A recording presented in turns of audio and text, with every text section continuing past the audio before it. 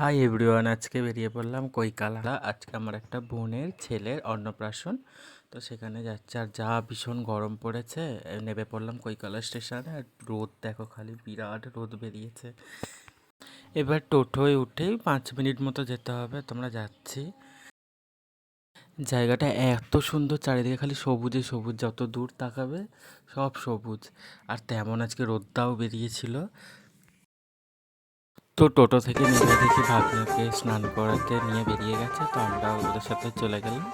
সবাই এখানে নাচানাচি করতে করতে, তার তেমনই রোদ। এত রোদে সবাই নাচতে নাচতে হাঁপিয়ে গেছে, তো এই বটতলায় এই ছায়াটাতে এসে সবাই একটু নাচানাচি করছে। তারপরে যাব হচ্ছে ভাগ্নাকে স্নান করাতে। তো এখানে আমি দাঁড়িয়ে আছি, সবাই সব নাচছে।